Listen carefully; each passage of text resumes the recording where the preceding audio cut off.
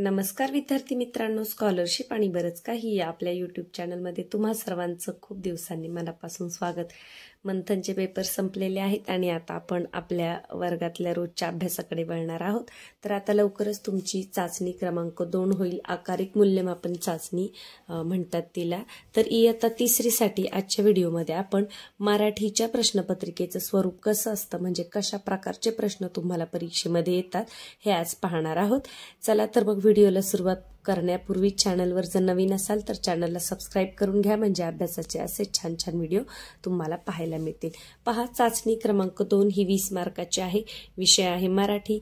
तर पेपरच्या वरती तुमचं नाव, शाळेचं नाव, हजेरी क्रमांक, दिनांक वगैरे ही नेहमीची माहिती असते, ती तुम्हाला भरायची आहे। याच्यामध्ये आपण फक्त प्रश्न कसे आहेत ते पाहणार आहोत आणि प्रश्नांची जी उत्तर आहेत तर त्याच्यासाठी एक उजळणीचा व्हिडिओ आपण वेगळा बनवणार आहोत, त्याच्यामुळे याच्यामध्ये मी तुम्हाला ही उत्तरे सांगत बसणार नाही। तर पहा, प्रश्न पहिला आहे, एका वाक्यात उत्तरे लिहा। तर तुमच्या पुस्तकामध्ये जेही पाठ आहेत, कविता आहेत, त्यांच्यापैकी कोणतेही 4 प्रश्न तुम्हाला किंवा 5 प्रश्न तुम्हाला एका वाक्यात उत्तरासाठी येणार आहे आणि तुम्ही आता 3रीला आहात तर ही उत्तरं पूर्ण वाक्यामध्ये लिहिणं अपेक्षित आहे। उदाहरणार्थ पहा, आता पहा, सूर्य डोंगर चढून कधी वर येतो, याच पद्धतीने रानपाखराचे डोळे कसे आहेत, गाणे कोण गाऊ लागले, बंडूने कशाच्या होड्या बनवल्या, असं तुमच्या पाठ्यक्रमातील कोणतेही प्रश्न तुम्हाला एका वाक्यात उत्तरेसाठी येणार आहेत। याच्यासाठी तुमचं पाठ्यपुस्तकाचं वाचन चांगलं असणं हे आवश्यक आहे। पुढे पहा, चित्र पाहून चित्राचे वर्णन लिहा। आता तुम्हाला कोणतंही एखादं चित्र देण्यात येईल, जसं तुमच्या पुस्तकामध्ये इथं दिवाळीचं सणाचं वर्णन करणारं चित्र आहे। तर हे चित्र पाहून मग तुम्हाला लिहायचं आहे की या चित्रामध्ये दिवाळीचा सण साजरा केला जात आहे, मुलांनी सर्व दिवाळीचा फराळ करायला घेतला आहे, आईने काय बनवलं आहे, कोण काय करत आहे, हे सगळं तुमच्या वाक्यामध्ये तुम्हाला लिहायचे। म्हणजे इथे मुलांना चित्र पाहून स्वतःच्या शब्दामध्ये त्याचं वर्णन करता आलं पाहिजे हे अपेक्षित आहे।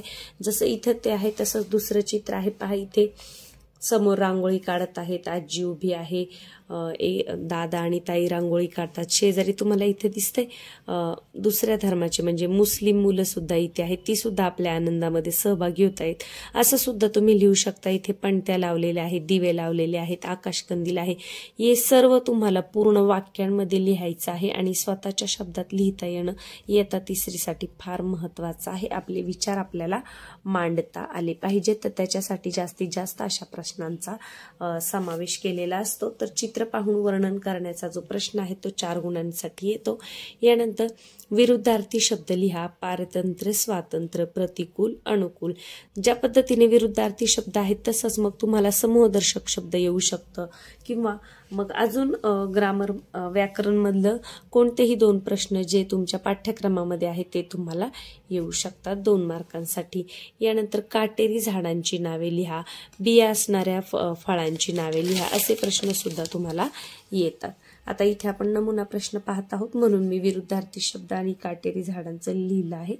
पुढे पहा, प्रश्न चौथा अ, माझी आजी या विषयावर 4 ते 5 वाक्य लिहा। आता तुम्हाला तुमच्या आजीविषयी किंवा आजीऐवजी माझी आई, माझे बाबा किंवा माझा भाऊ याविषयी तुम्हाला वाक्य लिहायला येतील, तर तुम्हाला ती 4 ते 5 वाक्य पूर्ण वाक्यामध्ये व्यवस्थित लिहायची आहेत। यानंतर ब आहे, त्याच्यातला कवितेच्या ओळी पूर्ण करा 2 मार्कासाठी। मग कोणतीही कविता, वळणावरचे झाड, मग इथे तुम्ही गाळलेल्या ओळी लिहायच्या आहेत। या पद्धतीने 2 मार्कासाठी कविता पूर्ण करा असा प्रश्न येत असतो। यानंतर क त्यातलाच आहे 2 मार्कांसाठी, पुढील शब्दांचे अर्थ लिही।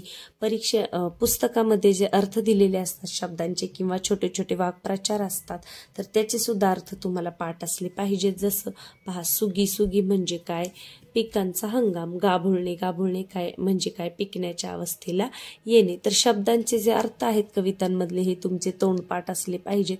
त्यामुळे जेव्हाही कविता धडा शिकून होईल तेव्हा त्यात जे व्याकरण आहे त्याच्यातले समानार्थी, विरुद्धार्थी शब्द किंवा इतर व्याकरणाचा जो भाग आहे तो तुम्ही त्या वेळेला पूर्ण करणं फार महत्वाचं आहे। म्हणजे पुढच्या इयत्तांमध्ये गेल्यावर तुम्हाला ते पुन्हा पुन्हा करावं लागत नाही, आपोआपच तुमचा पाया पक्का होतो। तर या पद्धतीने मराठीचे प्रश्न 20 मार्कांसाठी आहेत. 20 मार्कांसाठी चाचणी क्रमांक 2 आहे.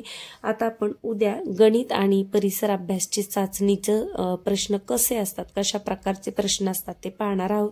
म्हणजे परीक्षेसाठी तुम्हाला त्या दृष्टीने तयारी करता येईल. आणि प्रश्नपत्रिकांचं स्वरूप झाल्यानंतर आपण उजळणीचा सुद्धा व्हिडिओ बनवणार आहोत. आजचा व्हिडिओ आवडला असेल तर व्हिडिओच्या खाली जे लाईकचं बटन आहे त्याला नक्कीच क्लिक करा. चॅनलवर नवीन असाल तर सबस्क्राईब करा. चला तर मग पुन्हा भेटूया पुढच्या व्हिडिओमध्ये.